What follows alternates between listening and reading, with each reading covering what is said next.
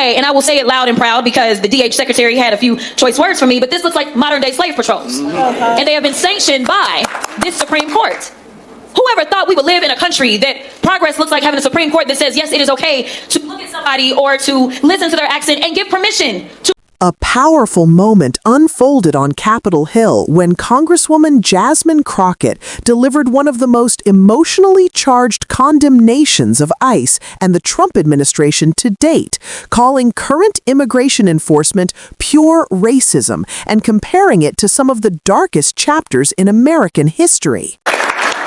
Thank you, Representative Garcia. We'll now go to another member of the Judiciary and Immigration Subcommittee, Representative Jasmine Crockett from Texas. Thank you so much, Madam Ranker, and thank you so much to our amazing colleague, our amazingly strong colleague. I've heard so much, and I have prepared remarks, and if you know anything about me, you never know where I'm going. And frankly, I don't either, because I have already cried this morning. And, you know, so I'll just start here. As a civil rights lawyer, I'm incensed. As an American, I'm embarrassed. As a human, I'm infuriated. And as a member of Congress, I am immovable in my pursuit of accountability. You see, right now, people want to pretend as if this is right or left, but I'm here to tell you that this is about right or wrong. And it is very sad that the only people that are sitting here are members of the Democratic side. So I guess we just want to stand on the side of right. For once, we will be associated with being right instead of left. Because my question to any of you, and I just go down the line and ask you, is it right or wrong to arrest someone because of the color of their skin?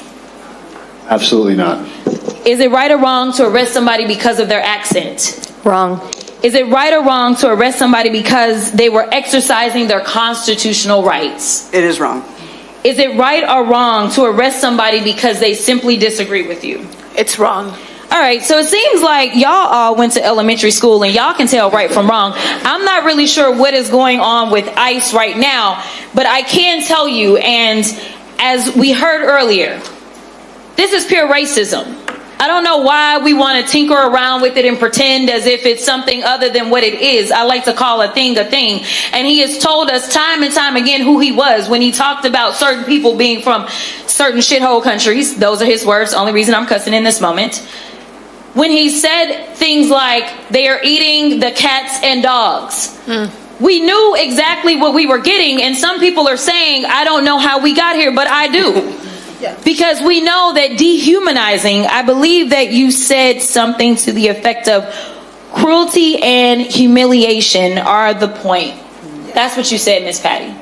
Because when we look at other places, say places that did things like, oh, you know, go door to door, looking for people as they had to hide out, say in an attic. Does that sound familiar to anybody?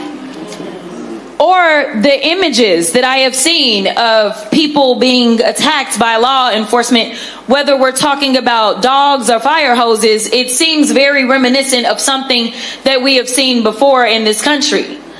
And then people get offended and try to say I'm too black, but the reality is that y'all never let the fact that I am black go. So I'm going to be clear about one thing. I know my good black history. And so when I look and I say, and I will say it loud and proud because the DH secretary had a few choice words for me, but this looks like modern day slave patrols. And they have been sanctioned by this Supreme Court. Whoever thought we would live in a country that progress looks like having a Supreme Court that says, yes, it is okay to look at somebody or to listen to their accent and give permission to grab them. The last time that I checked, ICE is only supposed to be doing immigration enforcement. And right now we have a record number of U.S. citizens that have not only been arrested, but as we saw with Renee, that have been killed, that have been maimed, that have been bullied, that have been brutalized, that have been unlawfully arrested. Y'all, we are living with an abuser right now.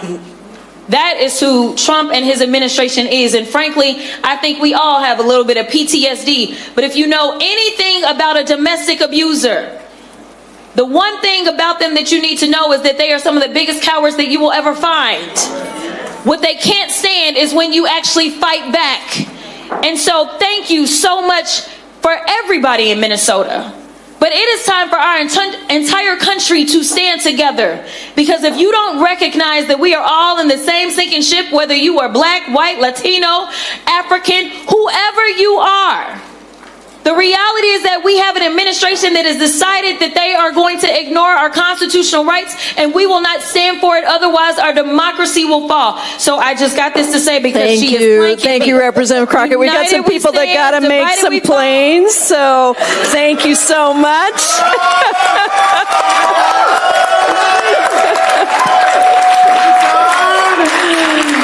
What happened in that hearing was not just another political speech. It was a raw, personal testimony from a civil rights lawyer who says she is watching constitutional protections disappear in real time. If you value in-depth political coverage that breaks through the noise, make sure you subscribe so you never miss these critical conversations. Crockett began not as a politician reading from prepared lines, but as a human being struggling to contain her emotions. She admitted she had already cried that morning. She spoke first as a civil rights attorney, then as an American, and finally as a member of Congress sworn to defend the Constitution. Her message was clear. This is not about Democrats versus Republicans. This is about right versus wrong. She looked around the room and pointed out that only Democratic lawmakers were present, suggesting that standing against racial profiling and unlawful arrests should not be a partisan issue. Then she asked a series of simple but devastating questions. Is it right or wrong to arrest someone because of the color of their skin? Is it right or wrong to arrest someone because of their accent? Is it right or wrong to detain people for exercising constitutional rights or for simply disagreeing with the government? The witnesses answered the only way any reasonable person could. All of those actions are wrong. Yet, Crockett argued, those exact things are happening under ICE enforcement today. She did not soften her words. She said plainly that what is unfolding across the country is racism wearing the uniform of law enforcement. She referenced former statements from Donald Trump about immigrants and foreign nations, arguing that the dehumanizing language paved the way for dehumanizing policies. When leaders describe people as criminals, invaders, or less than human, it becomes easier for agencies to treat them that way. Crockett drew painful historical parallels. She compared door-to-door immigration raids to tactics used by authoritarian regimes and to the way Black Americans were hunted during slavery and the Jim Crow era. Images of police dogs, fire hoses, and state violence flooded her remarks. She said openly that what ICE is doing resembles modern-day slave patrols, empowered by recent Supreme Court decisions that allow officers to target people based on appearance or accent.